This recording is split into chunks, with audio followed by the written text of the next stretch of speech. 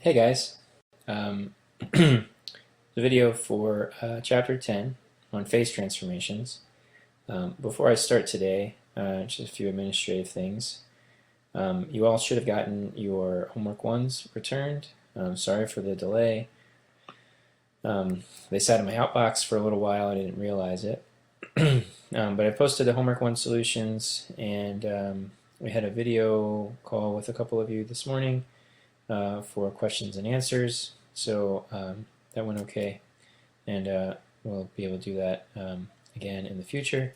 Homework 2 is due tomorrow by COB, and I've also posted some problems for homework 3 that go up to chapter 10, which is what we'll be covering today. As part of the partly the reason behind me not getting this video up until the later part of the day. Also, I had started this before lunch, but then my neighbor started cutting his grass, so I kind of had to wait and try again. And so, with that being said, I'm going to go ahead and I'm going to, as usual, I'm going to share the chapter 10 notes and put my picture down there. I'm also going to try today to stick to 50 minutes. I apologize for going over. This time I'm going to have a stopwatch here so that I can speed up if I need to. And so today we're going to be talking about phase transformations, and in the processing structure properties performance paradigm, this fits in with the processing. Now, from the beginning, we started talking about structure, atomic structure, then crystal structure, dislocations, and then we switched to properties for a few lectures. We talked about mechanical properties. We talked about the mechanisms for dislocation motion, and then failure modes. And then last time we talked about phase diagrams, which is kind of the first foundational information leading up to understanding different ways of processing materials. And this is a continuation on that, and should feel a lot more like an actual process would come out of this sort of information here. Because what we're going to be looking at is how to achieve actually different microstructures, and then what the properties are of those various different microstructures, especially for iron, carbon, or steel materials. And this is important because the right mechanical properties, right, or good mechanical properties, right, are almost always a result of the proper heat treatment. And the heat treatments are necessary to give us the right microstructure and the right distribution and numbers of phases. And since we're interested in the distribution and types of phases, right, obviously phase diagrams are going to play a key role in figuring that out. However, a phase diagram doesn't tell you the whole picture because they are created under the assumption that you are achieving equilibrium at every combination of temperature and composition. And heat treatments generally are non-equilibrium, will produce non-equilibrium conditions. And so the phase diagram is helpful, but it doesn't give you the whole story, because oftentimes the desired microstructure is a non-equilibrium one. And we can break this down into kind of three basic types of transformations, and they differ primarily with regards to the role of diffusion. And so if your microstructure is diffusion dependent and you allow it time and temperature to reach equilibrium, you get one crystal structure, microstructure. That's kind of what we talked about in phase diagrams last time, where we had either a eutectic composition forming all eutectic, or we had pro-eutectic ferrite or pro-eutectic cementite forming before the eutectic, or you can have solidification of a pure metal, right? So here, diffusion needs to happen for the atoms to move and join in with the growing grain, but it's just a pure metal, right? So there's no impurity that needs to diffuse. It's just a matter of like kind of mass transport from one area to another, not necessarily diffusion of one species through another species. The same thing with the recrystallization and grain growth here. Diffusion is technically happening, but all of the atoms are in close proximity, and so you can reach equilibrium without having to diffuse too far. But if you're dependent upon diffusion, but you're cooling more rapidly and you end up with a non-equilibrium phase, that is more. It's more of these second ones that we'll be talking about here, where your non-equilibrium phases are something kind of characterized by the fact that if you were to heat it up again, that the microstructure would change. That would be kind of indicative of a non-equilibrium phases. And so as we cool more rapidly, right, we need diffusion, but if we don't allow time for it, right, we end up with a non-equilibrium phase, meaning that it would change to a different microstructure, but it just doesn't have time. And then if we cool down very rapidly, we can actually allow no time for diffusion, and that gives us a whole different microstructure, right? In the cases of steels, right, this is where we get Martensite, which we'll talk about as we go. Okay, so by way of review, we talk about how phases form. There's two stages. The first is nucleation, which is the formation of new grains, and then we have growth, which is as those new grains grow and consume the original, in this case, parent phase. We're talking about solid phase transformations here. Those grains get bigger and eventually consume all of the original material.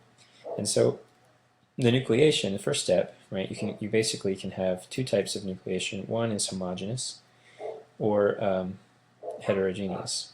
And homogeneous is where you get nucleation from the middle of a solid, the middle of a grain of one phase, or say the middle of a liquid or something like that.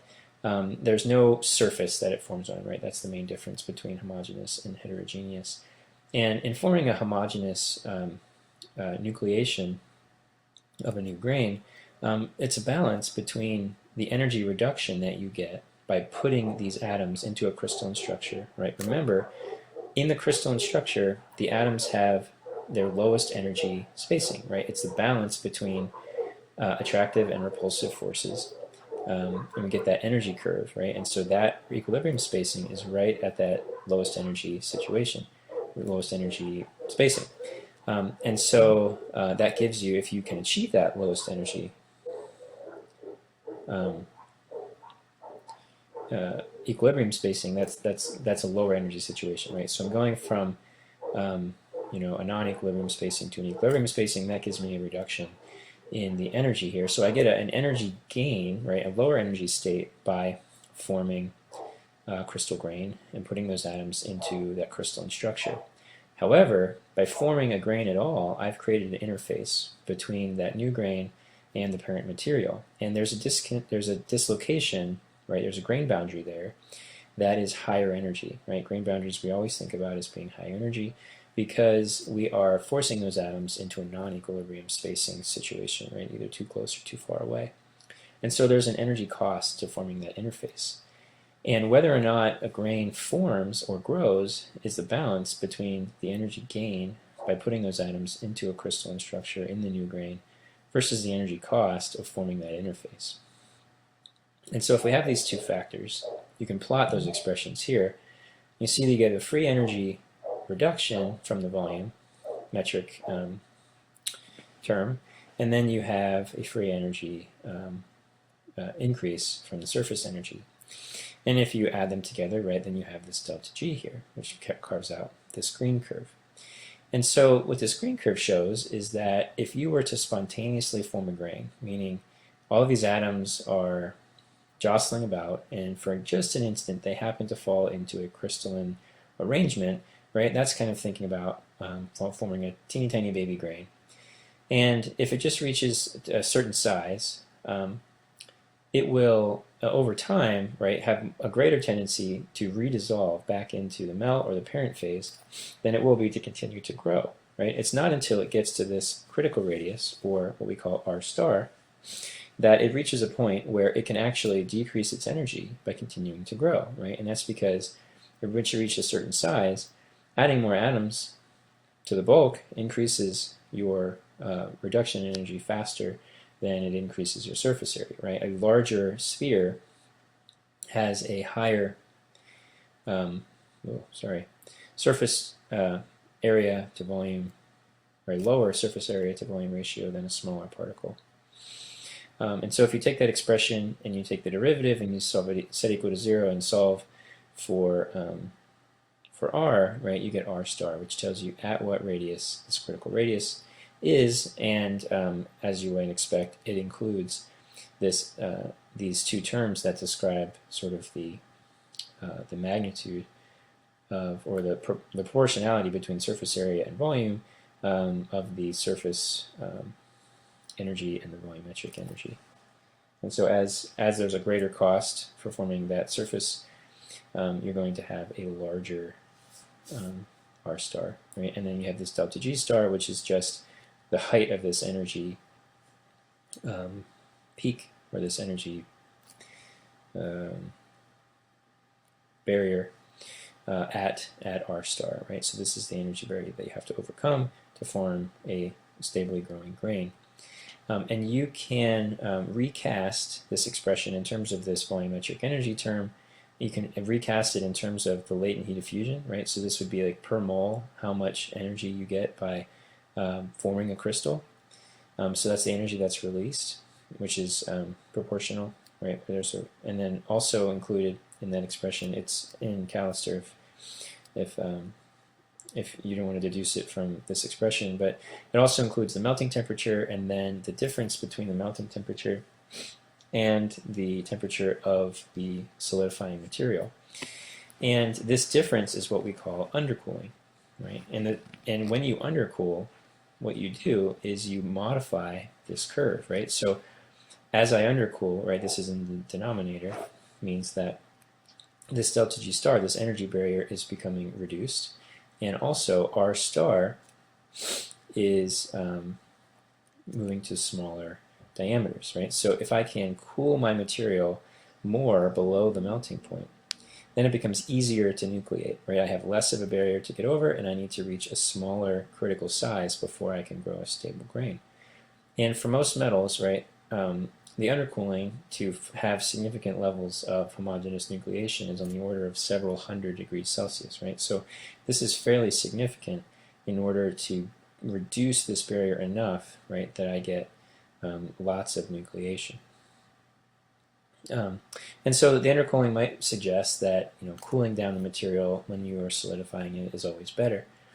But that's not always the case, right? We saw here, this is from above, that that if we are looking at achieving delta G star, right, this is the energy we need to get over this energy barrier, that the probability of having delta G star, right, is related to temperature through this exponential expression, right? This looks fairly familiar, right? This comes out of the Boltzmann energy distribution.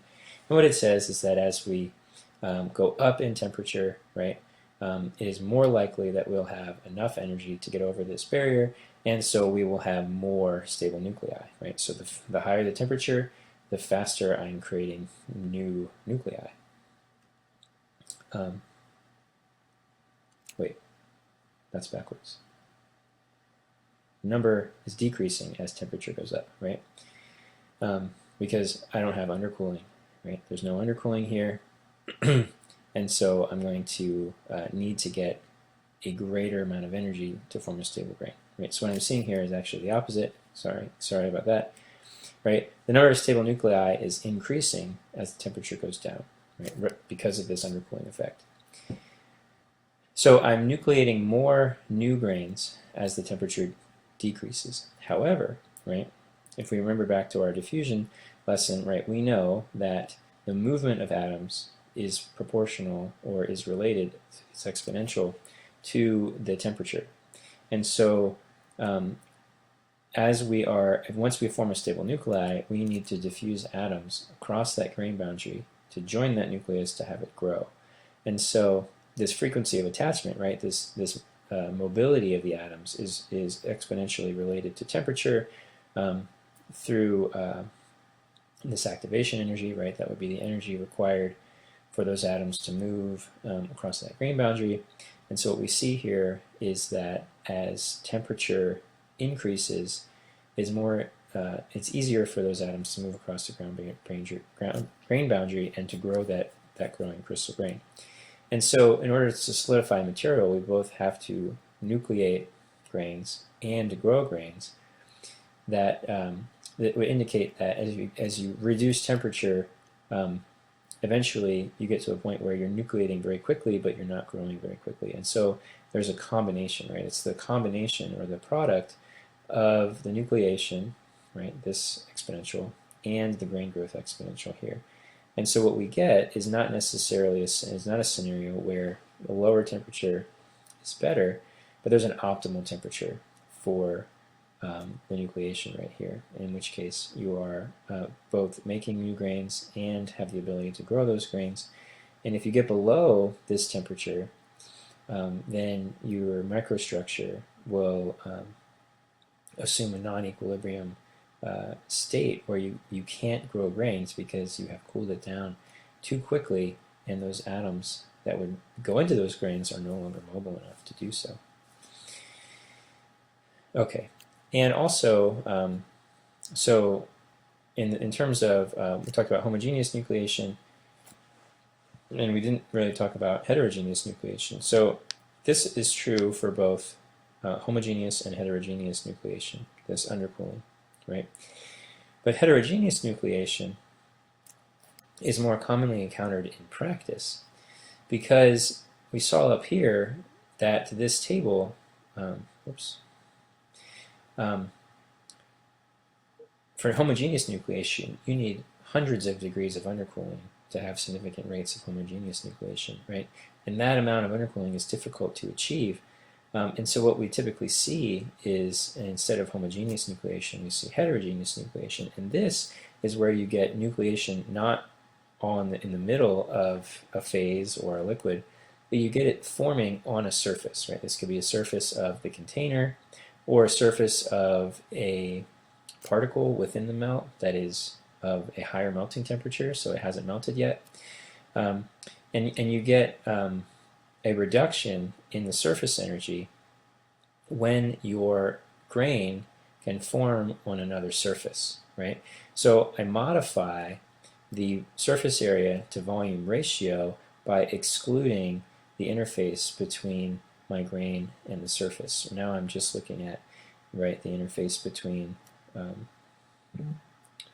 my solid and my interface and the solid and the liquid. So I've modified the surface area to volume equation, and this actually makes it more favorable to form a new grain, right? I have a delta G star here, or this is the energy barrier, that this form here is familiar, but it's modified by an expression that is a function of the contact angle, right? So the more that this droplet wets out on the surface, right, the more that the contact angle changes, and that modifies or reduces the energy barrier required to nucleate, right? Which means that it's more likely to form a new grain without requiring the hundreds of degrees of undercooling.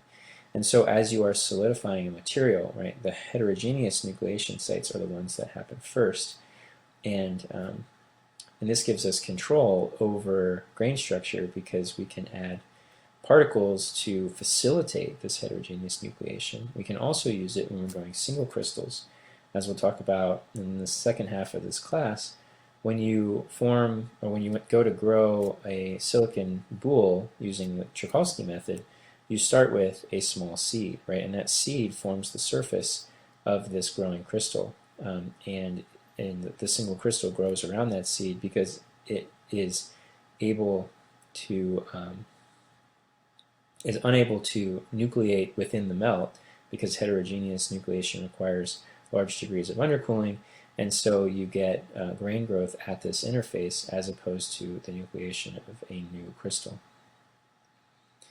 Okay. And so the growth of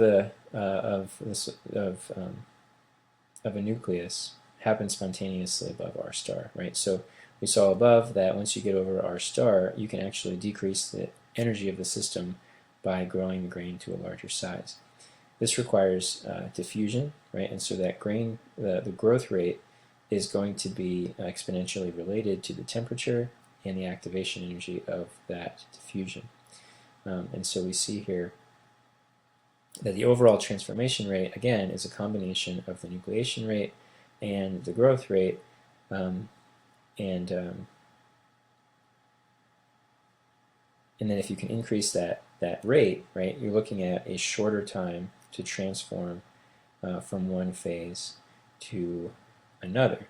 And the microstructure and also the properties can vary depending upon the temperature at which this transformation occurs. And that is kind of the core about what kind of we're talking about here in forming these different steel microstructures, right? Because if you transform and you keep near the melting temperature, right, then you're going to have a scenario where, let's say you're up here, right, where you're getting very few new grains, but you have lots of energy available for diffusion, right? So you get few grains that grow very large, and as we saw before in our dislocation motion, right, when the dislocations are moving across grain boundaries, right, that requires more energy. So if I have few grains, there's less of that changing of direction of a dislocation motion, and so if I have a slow cooling or a solidification near the melting temperature, then I'm going to be more likely to end up with a ductile, lower strength material. If I cool it very quickly, right, then I could be in a regime, say, down here, right, where the nucleation rate is very fast, but the growth rate is very small, very, very slow. And so I get lots of grains, but they grow more slowly, giving me a much smaller grain size. And so, like I said before, dislocations have to move across these grain boundaries, and so that can lead to a less ductile, stronger material. When we look at these growth rate curves, if we plot them temperature versus rate, we get this sort of nose. But it's more typical, as we'll see later on, to look at these transformation diagrams not in terms of the rate, but in terms of the time to transform, right? So here what we're looking at is the time required at different temperatures to transform half of the material. And so that at every temperature, right, the time is a combination of the nucleation and growth rate. And so we see that basically switching from a rate to transform to a time to reach a certain level of transformation essentially just inverts this nose, and instead of pointing to the right, it points to the left. Kind of think of it as having this C shape. And as we'll see later, where a temperature curve ends up in relation to this C will dictate the microstructure, right? And when we talk about this rate, what we're looking at is essentially a plot like this, where we're looking at the kinetics and asking, okay, how long does it take for this solidification to occur? And this is important for producing non-equilibrium states, because I need to cool it down quickly enough, right, that I don't have time and temperature enough for the atoms to move to where they ideally would want to be. They're stuck in a higher energy non-equilibrium position, right? When we're talking about here, when we go back to time versus percent crystallized, right? So we see here that at a higher temperature, we're always going to get this exponential behavior here, where we have a greatly increasing. So here we're nucleating small grains, right? And then as those grains are growing, we hit the maximum growth rate here, and then eventually we start to run out of new material to add to our grains. And so as we're approaching 100% transformed, right, then our growth rate's going to taper off. But we see in this family of curves that we have, we shift this general shape of the curve to lower times as our temperature increases, right? And it's exponential relationship here. We see that, by decreasing from 135 C down to 43 C, right, we have increased the time required because we have reduced the mobility of those atoms so greatly that we're talking about orders of magnitude, right? So the x scale here is logarithmic. And it gives us this kind of distinctive shape, which is described by this, I believe it's Avrami expression. I think I may have gotten that wrong, but it's in Callister. And so we are going to be looking at iron-carbon transformation diagrams that look like this C shape, and unpacking kind of what microstructures you get for different cooling rates. And so, by way of review, we have the phase diagram here for iron carbide, right? Remember, iron carbide is this cementite. And so we have this small portion of the phase diagram here where we have the alpha phase, which is very low solubility carbon, and a eutectic composition at 0.76% carbon. And so if you have a sample that's at the eutectic composition and you cool it down, right, you will form the eutectic microstructure, these alternating bands of ferrite and cementite. And the speed with which, right, and remember this microstructure is called pearlite because under the microscope it looks kind of like mother of pearl. The speed with which you cool through here, remember you'll form these bands. This is kind of an equilibrium scenario. But if I cool it down faster than, like we saw up above, I'm going to transform much faster, right, as I cool down more quickly and transform at a lower temperature. So I see here, right, for the formation of pearlite, these families of curves, just like we saw above. And so if I solidify at 600 C, it's going to happen much more quickly than if I solidify at 675 C. But I won't get the same microstructure. Let's see where. Okay, I thought there was a diagram. I'll get a different microstructure depending on the speed with which I solidify, right? In both cases, I'm going to have carbon diffusing from the austenite, right? Because remember out here, I can hold more carbon than I can in ferrite. So as I form ferrite, I need to diffuse carbon from the austenite that's becoming ferrite into the austenite that's becoming cementite. And so when I cool down more rapidly, as long as I'm still forming pearlite, I'm quickly reducing the amount of time and temperature required or available for those carbons to diffuse. And so what I see here, and we'll talk about this later on with coarse and fine pearlite, is that these bands are more narrow the faster I cool it down, as long within it to a certain extent, as long as I'm still forming pearlite. Okay. And so what we get is a time-temperature transformation for the eutectic composition, right? That looks something like this. So we have temperature on the y-axis and logarithmic time on the x-axis. And so we see here a couple of characteristics of this chart, right? The first is that there's this dotted line at 727 degrees C, right? This is the eutectic temperature, or the eutectic, temperature, meaning that above this temperature we have a stable phase of austenite, right? That's right here on the phase diagram.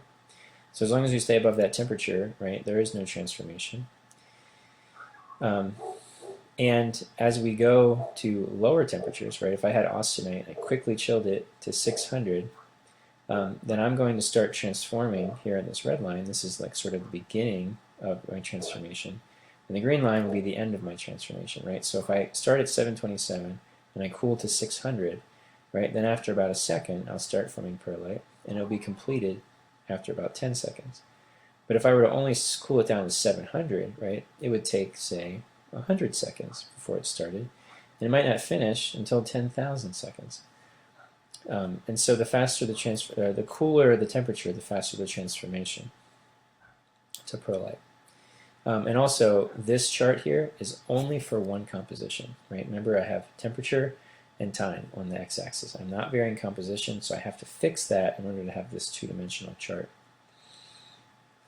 And this is also an isothermal chart, meaning that these curves here are assuming that I'm at a fixed temperature as I'm moving across here.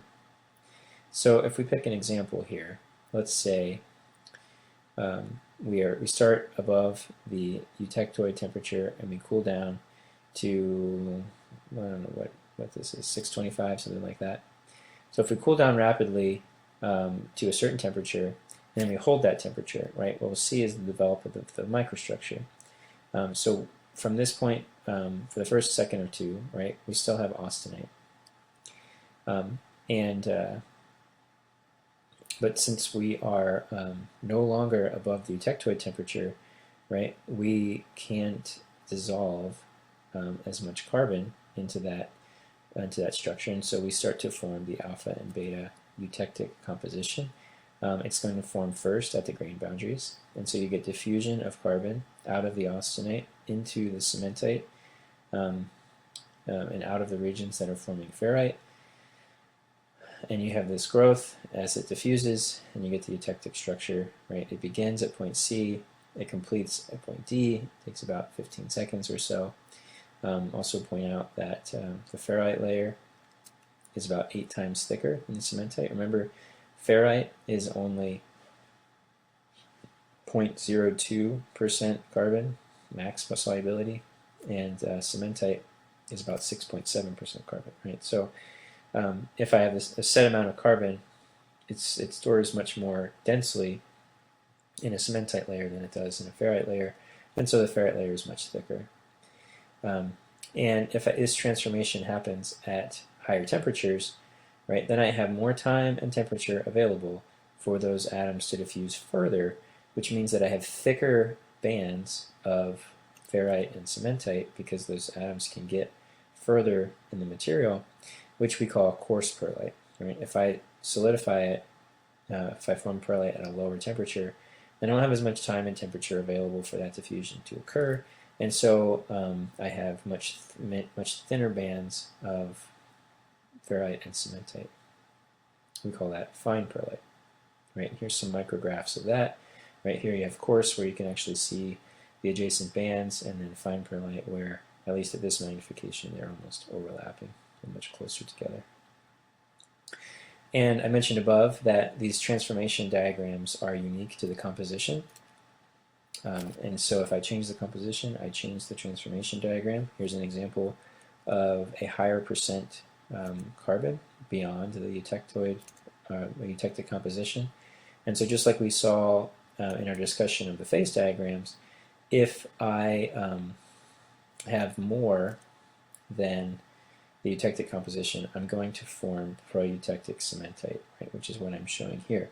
Right? I don't form perlite right away. Right? First, I'm going to form some proeutectic cementite, which is in this region where we have austenite and cementite.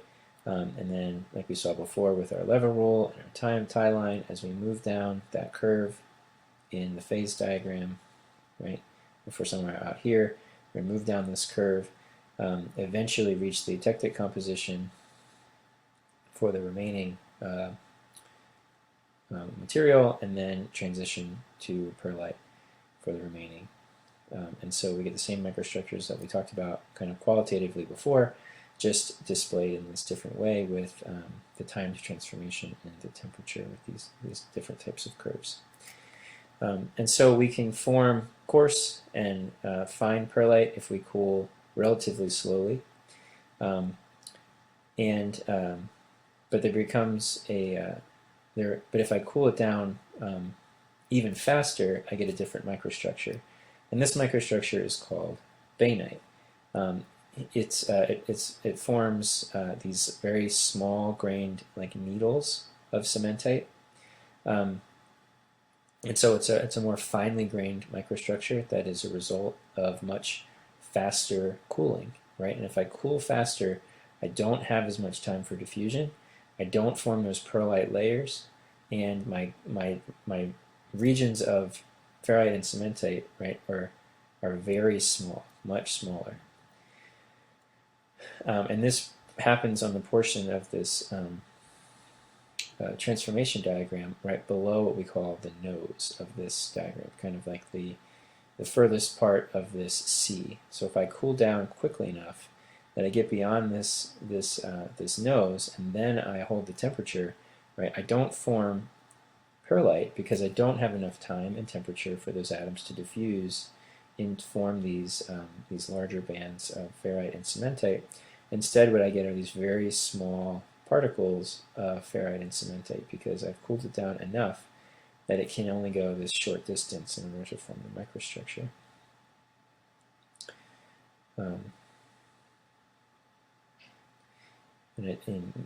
Okay. And then another microstructure that we can form is actually not on our phase diagram. It's also not on our transformation diagram either. It actually requires a second heat treatment step, and this is called spheroidite. And you get spheroidite, which is called spheroidite because you have these spherical particles of cementite inside of a ferrite matrix by taking pearlite or bainite, right? So remember, we formed pearlite or bainite by cooling austenite at a certain temperature, right, to form them. A higher temperature for pearlite, a lower temperature for bainite. If I then take those samples, those pearlite or bainite microstructures, and I heat them back up, right? Now I'm providing the time and the temperature required for the diffusion to occur. And the atoms are free to move into a lower energy structure. And they do so by forming, instead of these needle-like grains or these thin layers, they form these spherical particles. And why are they doing that? Well, a sphere provides the greatest volume per surface area, right? So I have these particles or these phases, and they can reduce their energy, their surface energy, and increase their bulk volumetric energy by forming a spherical particle, right? So that's what happens if you provide them enough energy, enough temperature, enough time for that diffusion to occur. And so you get these spherical particles of cementite, which is where it gets its name. And later on we'll talk about the mechanical properties that change with that change in microstructure. Okay, the last non-equilibrium structure that we'll talk about is Martensite. And Martensite is what you get when you quench austenite very, very rapidly. And so you don't even have enough time to form the tiny needle-like grains that you form with bainite. You cool it so rapidly that you actually form a different crystal structure. You go from FCC to BCT, body-centered tetragonal, right, which is shown here, right? You have one axis of the unit cell is actually elongated, right? So similar to body-centered cubic, just C is a different length. And so, and you've cooled it down so quickly that the carbon atoms actually haven't formed into cementite, right? There's no time and temperature available at all for those atoms to diffuse and form any kind of cementite at all. And so what you get is essentially a supersaturated solution of carbon in iron. And it's quenched, and it's essentially kind of stuck where it was. It's just had enough time to maybe switch crystalline structure a little bit from the FCC of austenite to the BCT of Martensite. But the atoms don't have time to move anywhere, right? But they can shift their crystal structure right where they are. And so you get instantaneous grain growth, and it forms these very needle-like grains. And similar to the different regions here, we have a start line and a completion line, right? So the Martensite is going to take a slightly different amount of time if you can cool it down to various temperatures, but there's a threshold where you get Martensite instead of bainite. Okay, so if we take one of these time temperature transformation diagrams, we can do an example here. So in part A, right, our heat treatment is to take it from austenite up here at the eutectoid temperature and rapidly cool to 350 degrees, right? So that's down here. So if I cool it to there and I hold it, I see that I'm not quite low enough to form Martensite. If I hold it for 10,000 seconds, right, that's enough to get me all the way through this region, and I'll form 100% bainite. And then if I quench it down, I don't get Martensite because I've already formed bainite. For part B, if I rapidly cool to 250 degrees, right, so that would be down in the Martensite region. So I've cooled from here all the way down. I've missed the pearlite region, I've missed the bainite region, going straight to Martensite. And if I hold it here for 100 seconds, right, that gets me, let's say at 250, that would be here-ish, right, that gets me to about there.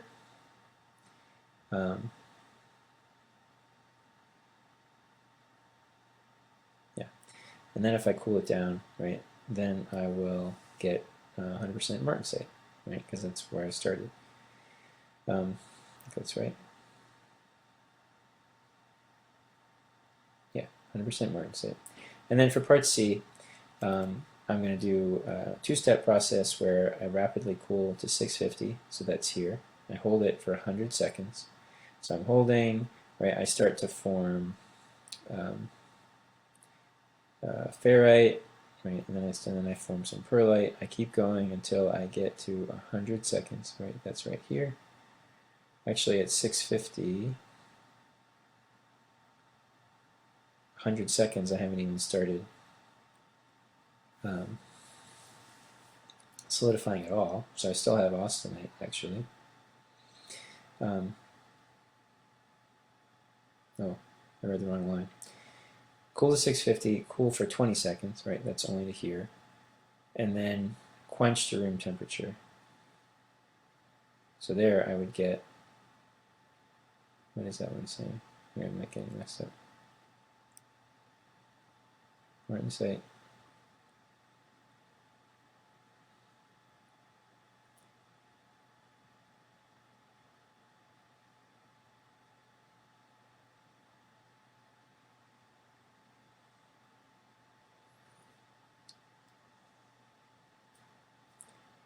Okay. Sorry.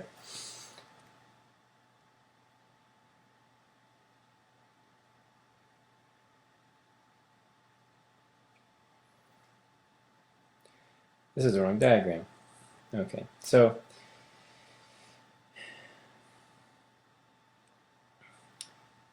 this diagram is for an alloy steel, right?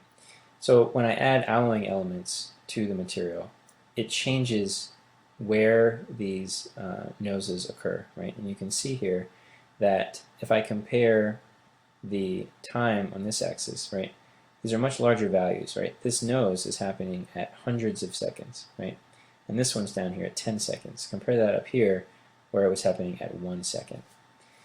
So when I alloy with other elements, right, I can delay the formation of these microstructures, which makes sense because those alloying elements get in the way of forming whatever crystal structure I would be forming at a certain temperature.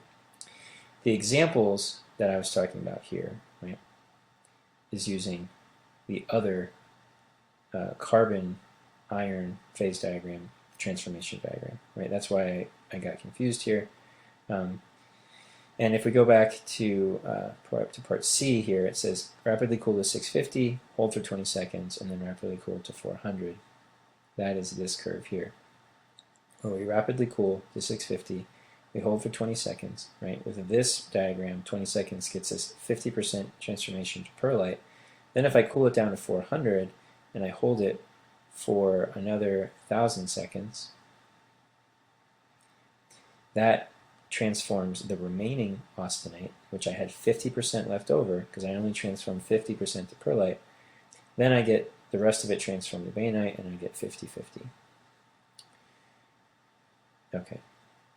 So the diagrams we've seen, the transformation diagrams up to this point, are a little idealized. One is they are there's no alloying elements, and they're also isothermal, meaning that they are designed to be used where you hold a material at a constant temperature. But it's relatively difficult to hold a material at a constant temperature, right? You would need to have, say, a secondary furnace that's held at that temperature that you can then move it into quickly. It's much easier to just control the cooling rate. And if you do this, if you rather than keeping it at a certain temperature, you just let it cool faster or slower, you can form the same microstructures. It's just that they're going to happen at different combinations of temperature and time. And what happens is that you shift the boundaries of where you start to form different microstructures when you go from a isothermal transformation diagram to a continuous cooling transformation diagram. And it just shifts it to longer times and lower temperatures. But what you get are cooldown curves that, instead of having this step function, kind of has this gradually decreasing temperature with time relative to the conditions under which it's cooling, right? So I could have a slow cooling curve, maybe where I put it in, like, say, preheated oil, or put it into a lower temperature furnace where it cools down more slowly, or I could quench it by putting it into room temperature oil or water or something where I cool down much more rapidly, and that's going to affect the microstructure that I form under those cooling conditions. But you see here, if I take the original diagram, this would be for, say, no alloying elements, I believe. I need to cool down in order to meet this perlite, this nose here. I need to cool down by like 140 degrees per second, which might be possible at the surface. But if I have a thick part, I'm going to be limited in its ability to conduct heat from the center of that part out to the surface in order to transmit into whatever cooling media I have. And so it might not be possible for me to quench the interior of a part at this cooling rate in order to avoid getting a microstructure maybe that I don't want. Right? If I'm trying to form martensite, I need to cool down very rapidly, but the conductivity of my part and the size and shape might not allow me to actually do that. And so alloying elements such as chromium, nickel, molybdenum, manganese, silicon, tungsten are added for a variety of reasons, right? There's corrosion resistance, there's other things, but one of them is because when I add these alloying elements, right, as I form my crystalline structure, my microstructure, I need to incorporate these elements into that. And that produces lattice distortion, right? You could think about incorporating pieces into your puzzle that aren't necessarily designed to fit very well can be more difficult, and it takes more time. And what happens with these transformation diagrams is that when I add alloys, when I create an alloy by adding impurity elements, I take this transformation nose, right? This feature here where I transition from austenite to perlite or bainite. I take this region and I push it back. I push it to longer times. And that gives me enough time to where I can actually achieve this cooldown rate much more easily and take an alloy and achieve a martensite or bainite microstructure when maybe I couldn't achieve that cooling rate without those alloying elements. Okay, so mechanically, what we see here is what we talked about a couple of chapters ago, is that we get a harder material the more that we impede the dislocation motion, or the dislocation movement. And the easier those dislocations can move, the softer and more ductile and less strength the material will have. And so if you rank these in terms of the dislocation motion and the strength, right, we see that spheroidite is the weakest, right? This has these sphere-like particles that dislocations can move around fairly easily. And then we have coarse and fine pearlite, where we have these bands of different phases.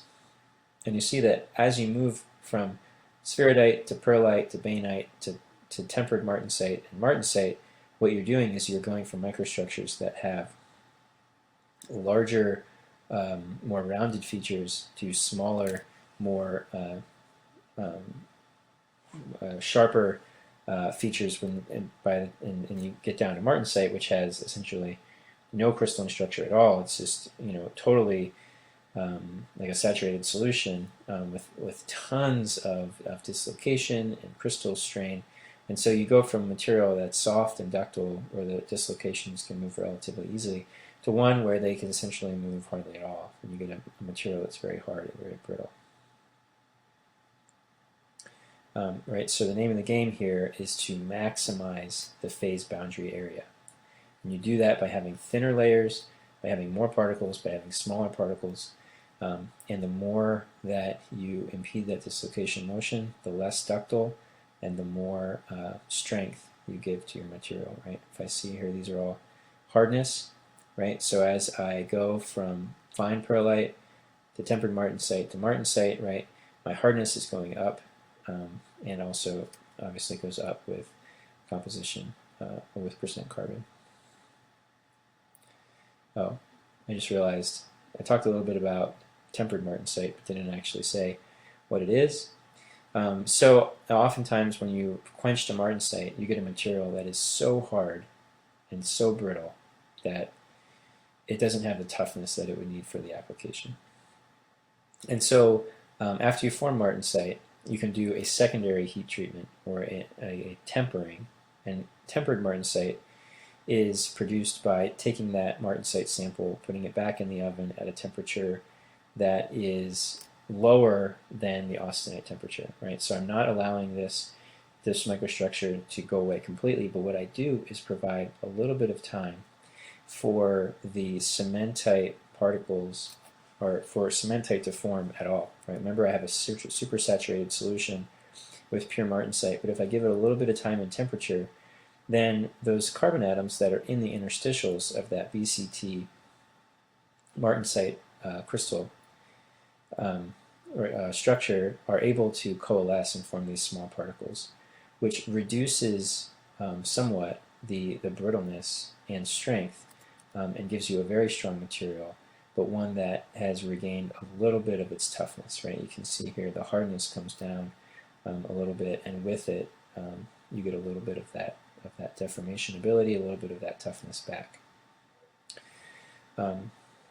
Okay, so right, the goal here was to introduce these the processing, the role of time and temperature in allowing different steel microstructures to develop, and we use as our primary tool, right, these time-temperature transformation diagrams, which tell us that at certain temperatures and at certain cooling rates, right, we're going to form different microstructures. And we talked about how the degree to which a particular microstructure has smaller, more finely grained features, we are going to have a stronger but more brittle material.